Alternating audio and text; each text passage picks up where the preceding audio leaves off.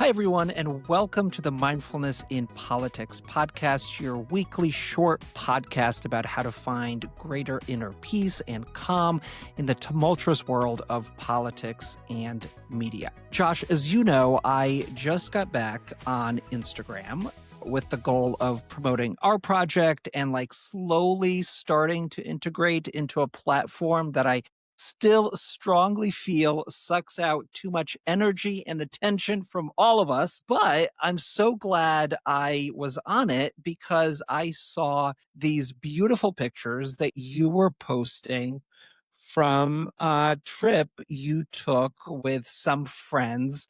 Uh, and the vastness of the natural landscape really not only overwhelmed me, but I think had the effect, just by looking at your pictures, the effect of calming me down and helping me find a greater sense of inner peace. Yeah, it's such a almost a cliche when you think about like those generic posters of mountains and oceans that you see in the waiting room of your dentist while you're waiting for your teeth to be cleaned or whatnot. But there's a reason why we put this kind of, nature images all over because there's such a real concrete effect that comes from even just short periods of time where we're removed from the environment that has so many reminders and stimuli that get us amped up and put into an environment that really helps strip some of that away and help our nervous system start to calm down. And part of it is really evolutionary because we evolved from ancestors who spend so much time, all their time outside. Our neural pathways in our brain actually exerts a lot less energy when we're out in nature than when we're in modern urban environments or we're scrolling through our phones. So part of that sense of ease is really evolutionary. The second piece, and I know when you and I took a trip back in 2017 to Montana, Yeah. before either one of us started to think about mindfulness or practice mindfulness, I remember us just sharing with each other um, how much lighter we felt surrounded by the grand and vast, beautiful mountains of Montana, that in itself almost reset something within us and provided such a break from the go, go, go environments that we're used to working in. Yeah. And I think a big part of it is, as you were touching on in terms of the evolutionary background for this, is the way that the cycles of nature really help to regulate our internal systems. When you think about even being aware and having the incoming stimulus of the rise of the sun and the setting of the sun, the seasons, the way that we experience the sights and sounds and sensations of nature really have a way of helping our systems stay in check that can sometimes get out of whack if, like me, for example, you've spent many years of your life working in air conditioned basements with no windows or other environments that are really artificial. The other piece of just the vastness of nature that I find really incredible and almost magical is whenever I am surrounded by uh, great big mountains or incredibly old trees, that I feel a bit of a recalibration in my brain that all of these worries and concerns that I have, it's not that they magically go away, but my brain almost right sizes my worry about the self with the vastness in front of me and makes me feel not, and this is the really incredible part, makes you feel not smaller, not like you're diminished in some way, but actually deepens your connection to the broader universe, to the people around you.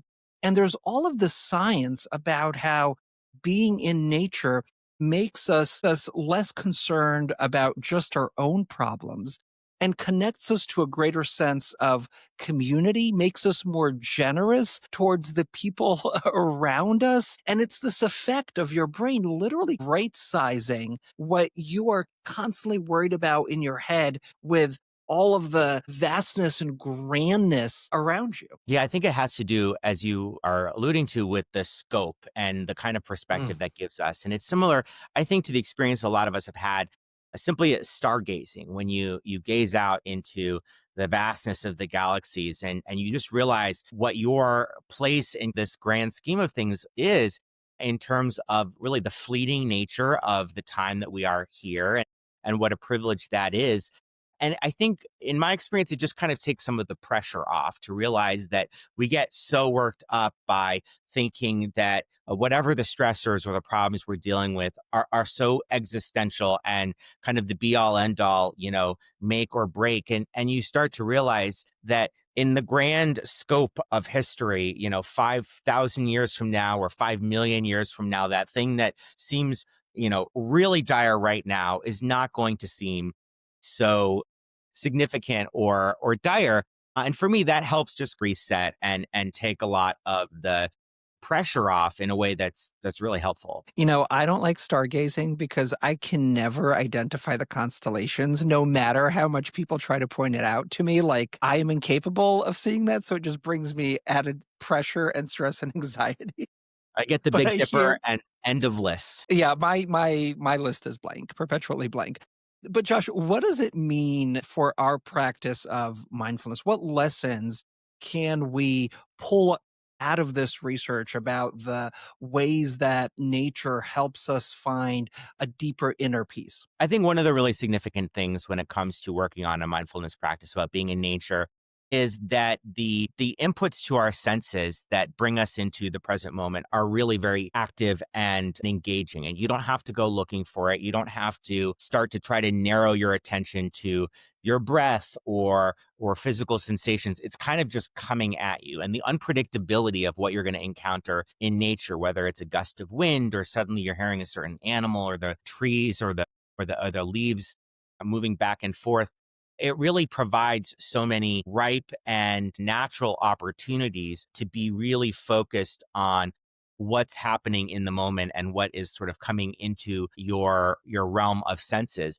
And a lot of the research shows that, unlike, for example, you could sit in the middle of Times Square and try to meditate on all of the sights and sounds that you're hearing there, but there's something about the way that our nervous system works that is more triggered and activated in a negative sense than by the sights and sounds of sitting in a nice meadow and hearing the leaves bristling in the wind. Now, that having been said, not all of us are going to be able to just ditch the Times Squares of our life, whatever that means in your own particular life, and move to a hut in the forest and sort of be surrounded by nature all the time. But Igor, how have you found opportunities to seize on the advantages of nature, even when that's not going to be our life every single minute?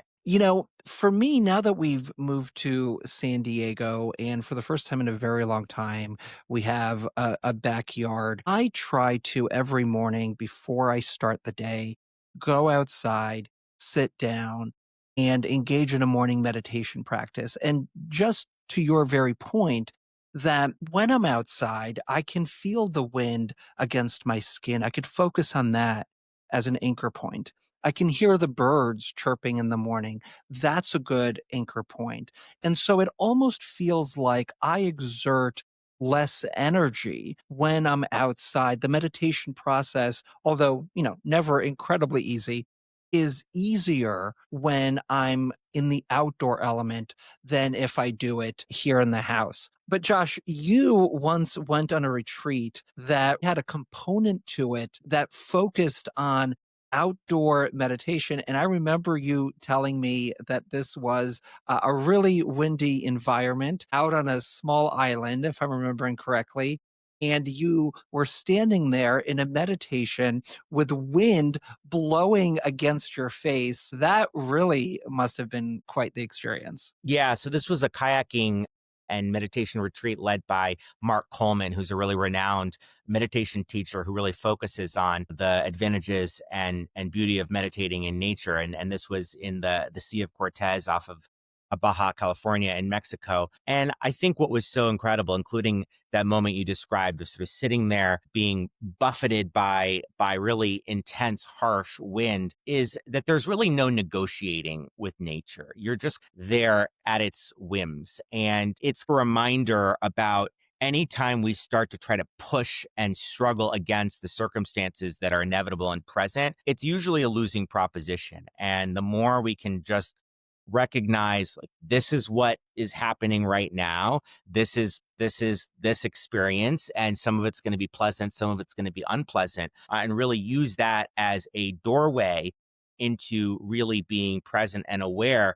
It can be really pretty powerful and a really helpful way to break out of that tendency that we have to try to look for a way out of whatever experience that we don't enjoy or that's negative that we're currently in the middle of. Well, on that note, if you are able to practice some meditation outdoors, please do. If you're able to even step away from the computer and go for a walk outside, even that, as we know from the science, really provides a sense of relief to you, to your brain. Josh, another great conversation. We'll keep them coming on the Mindfulness in Politics podcast. Until next week.